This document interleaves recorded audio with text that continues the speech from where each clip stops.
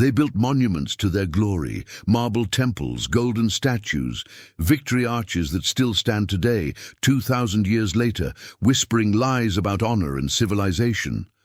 But beneath those monuments, in the tunnels where torchlight barely reached, where the sand was stained darker than rust, there existed another Rome. A Rome that never made it into the history books your teachers gave you. A Rome where women were not wives or mothers or priestesses. They were currency. They were rewards. They were the silent price paid for every roar of the crowd, every raised thumb, every gladiator who survived long enough to be called champion. The Colosseum held 50,000 screaming Romans, but it also held secrets. And tonight, I'm going to tell you one that Rome spent centuries trying to bury. The arena floor was not just sand, it was pulvis, a mixture of earth and sawdust designed to absorb blood quickly, to keep the spectacle moving, to make sure the citizens never had to look too long at what they were actually watching. Beneath that floor lay the hypogeum, a labyrinth of cells and corridors and cages where the real Rome lived, where gladiators paced like animals waiting for slaughter, where lions starved in iron cages, where slaves moved in shadows, dragging bodies, sharpening weapons, scrubbing blood that never fully washed away, and where women waited, not all of them, not the patrician wives who sat in silk above, fanning themselves and making bets with their husbands' fortunes. I'm talking about the others, the captives, the daughters of conquered lands, the women who were brought to Rome in chains after their villages burned, after their fathers died defending walls that crumbled anyway, after their brothers were sold to mines or crucified along the Via Appia as warnings. These women had no names in the records, no statues, no epitaphs.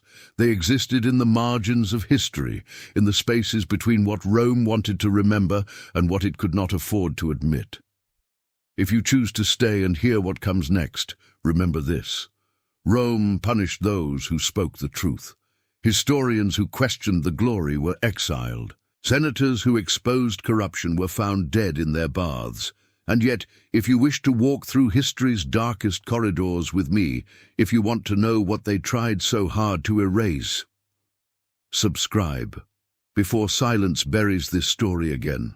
The gladiators were not all volunteers. That's the first lie. Some were criminals, yes, some were prisoners of war. But many were simply men who had nothing left, men who chose the sword because starvation was slower and more cruel. They signed contracts written in Latin they couldn't read, agreeing to terms they didn't understand, binding themselves to a ludus, a gladiator school, where they would train until they were useful or die trying. The lanista, the owner of these schools, was both father and executioner. He fed them, he trained them, he healed their wounds just enough to send them back into the sand. And when a gladiator proved himself, when he survived 5 fights, 10 fights, when the crowd began to chant his name, the lanista rewarded him, not with freedom. Freedom was rare, expensive, almost mythical. No, the reward was simpler, more immediate, more Roman. A woman, not a prostitute from the streets, though Rome had plenty of those, not a slave bought at market for household work. These were the silent ones, the ones kept below, the ones who had no choice, no voice, no law to protect them. Because under Roman law, a slave was not a person. A slave was an instrumentum vocale, a talking tool, and tools do not say no. The gladiators knew this. They knew what they were being given. Some refused. You don't hear about those men. You don't hear about the Thracian who turned away from the cell they opened for him, who said he would rather die with honor than live as a beast. They crucified him outside the ludus as an example. You don't hear about the Gaul who tried to free the woman instead, who broke the lock and told her to run. They found her 3 streets away. They made him watch what happened next. Then they put him in the arena without armor, without a weapon, and let the crowd decide how long his death should take. Most gladiators did not refuse, not because they were monsters, but because they were men, men who had been broken, reshaped, told that survival was the only virtue left. Men who had watched their friends torn apart by lions, gutted by tridents, beheaded for the entertainment of people who ate grapes and laughed. Men who were so starved for something human, something soft, something that reminded them they were still alive, that they took what was offered, even knowing the cost, even knowing it was wrong. I want you to imagine her, not as a faceless victim, not as a symbol, as a person. Let's say her name was Illyria, not her real name. She lost that the day the Roman soldiers came. But someone must have called her something once. Someone must have loved her. Maybe she had a brother who taught her to swim in a river that doesn't exist anymore. Maybe she had a mother who braided her hair and sang songs in a language Rome has now erased. Maybe she had been promised to a boy from the next village, a boy who died with a Roman sword in his chest before he ever got to say her name out loud. Illyria was 15 when they brought her to Rome, 16 when they put her in the cells below the arena. She learned quickly not to scream. Screaming brought the guards. Silence sometimes bought you an extra hour of being invisible. She learned to recognize footsteps. The heavy boots of the arena workers meant nothing. They ignored the cells. But the lighter step, the confident stride of a gladiator being led down after a victory, that sound made her heart stop. She learned the rhythm of the games, morning executions, midday animal hunts, afternoon gladiator combats. She learned that when the crowd roared loudest, someone below was about to die, or someone was about to be rewarded. She learned to press herself into the corner of her cell and close her eyes and pretend she was somewhere else, anywhere else. But there was no elsewhere. There was only Rome. One evening, after a particularly long day of games, after the sand had been raked and the bodies removed, and the citizens had gone home to their feasts, a gladiator named Cries was brought down. He was a Macedonian, tall, scarred.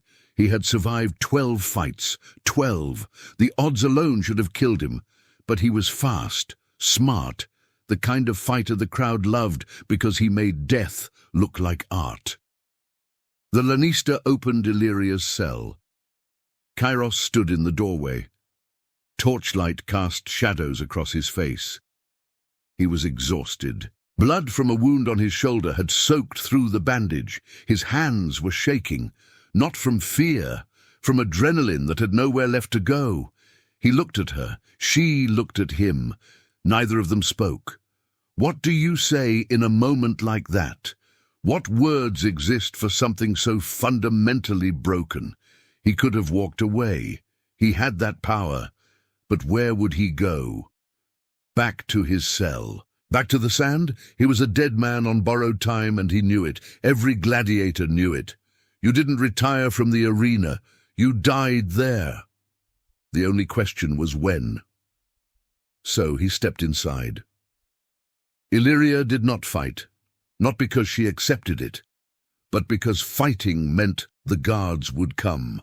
Fighting meant punishment. Fighting meant they would move her to a worse place, a place where there were no cells, just rooms where the men came in groups. She had heard the screams from those rooms.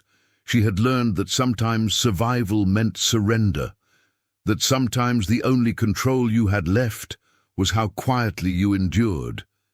Cries was not violent. That almost made it worse, because violence she could hate cleanly. Violence she could survive by turning herself into stone. But he was gentle, hesitant, almost apologetic, and that made her feel something she couldn't afford to feel, the recognition that he too was trapped, that he too was a victim of Rome, that in another life, in another world, they might have been something different. Friends, allies, two people trying to survive the same nightmare, but they were not in another world. They were in Rome, and Rome did not care about what could have been. When it was over, he left without looking back. She sat in the corner of her cell and stared at the wall until the torches burned out and darkness swallowed everything. 3 days later, Cries died in the arena. A net fighter caught him off guard. The trident went through his chest. The crowd cheered.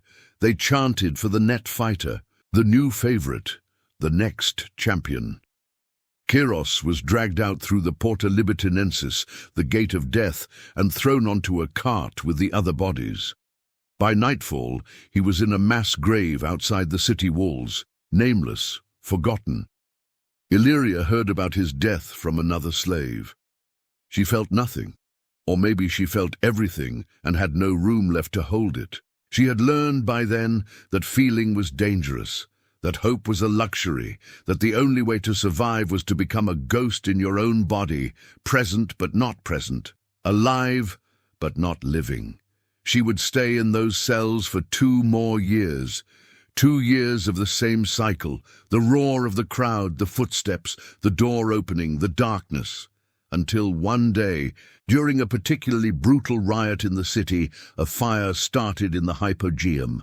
In the chaos, some of the cells were left unlocked. Some of the women ran. Most were caught. A few, just a few, made it to the streets and disappeared into the slums of Rome, into anonymity, into survival that looked nothing like freedom, but was the closest they would ever get. History does not record whether Illyria was one of them. History does not record her at all. But I tell you her story now, because someone must. Because Rome built its glory on the backs of the forgotten, because every marble column, every triumph, every legend of honor and courage was paid for in blood and silence, and the stolen lives of people whose names we will never know. The Colosseum still stands. Tourists take pictures. Guides tell stories about brave gladiators and emperors and the greatness of Rome. And beneath it all, if you listen closely, if you press your ear to the stone, you can still hear the echoes, the chains, the screams, the silence that followed.